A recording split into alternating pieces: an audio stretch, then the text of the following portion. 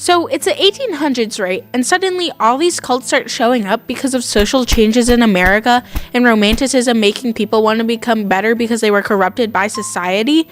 So I find this amazing cult, the New Harmony community, and I become BFFs with Robert Owen, the founder. Then my sister goes ahead and joins the cult and steals them from me. It's not like I wanted to steal my sister's cult or anything. I was super happy for Margot. She deserves a great cult like New Harmony. And so I wrote them a letter. No, I wasn't going to send the letter or anything. It was just for me to understand how I was feeling.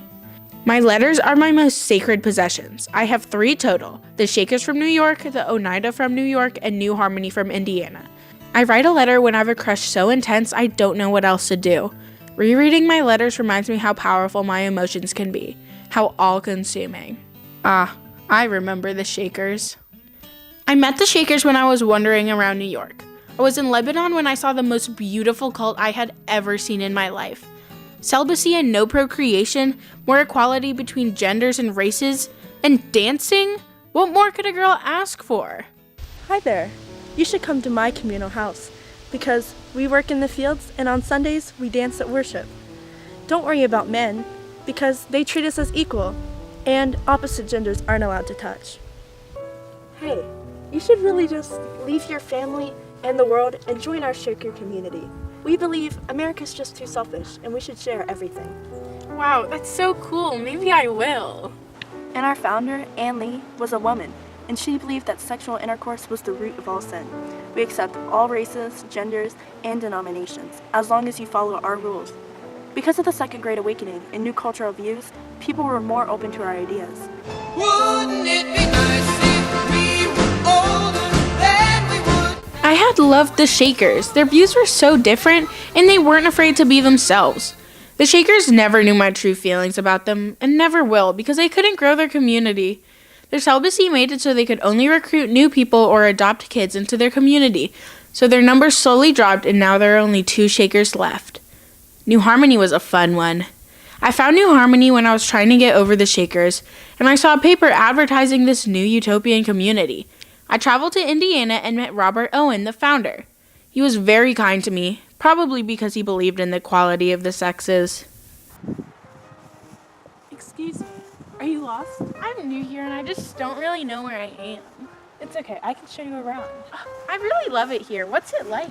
It's so nice. We have such a good education system because Robert Owen, our founder, thought that free education would help contribute to a perfect society. And he also believed that having no personal wealth would also help. That sounds amazing. I think the Industrial Revolution caused alienation and inequity, so I really like doing communal work.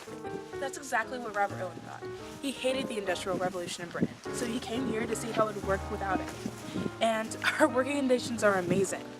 We don't have actual money. We only have time money. So it just benefits us, and it's so much fun. When the night has come. New Harmony didn't last either. With no religion to follow, people lost interest and didn't see the point in following the community. The Oneida were a crazy bunch. They were during my rebellious phase. I met John Humphrey Noyes when I was traveling through New York. He showed me his community and I quickly fell in love with them. Who wouldn't with their communalism, complex marriage, mutual criticism, and perfect hair? I loved how they thought it was possible to be perfect on earth and free of sin. Noyes thought that if we had loving relationships, it would make labor more appealing because you would get to work with your loved one. And when everyone's your lover, it totally works. As well as practicing true communism economically, it was too good to pass up. It's so great how you want to join the Oneida. I find it so dumb how those Americans are monogamous and so individualistic. Our complex system of interchangeable marriages allows us to have a greater sense of community and overall be very close.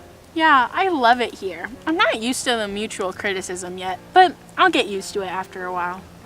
Yeah, that part's hard. People you love just criticizing every little thing about you can make you sad. But just remember, it's to get rid of all your undesirable and disgusting traits. I've got sunshine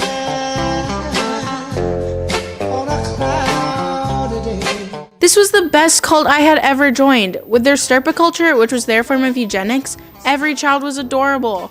Some parts of their community made me uncomfortable, like how older men and women would mentor young children in sex and how they used male continence, but everyone has their flaws, I guess. It was all over when leadership was moved to John's son Theodore Noyes, who was agnostic and had very bad leadership skills. The whole community fell apart. A hurricane destroyed the last branch of Oneida, and that's when we truly ended. They turned to manufacturing and now make silverware.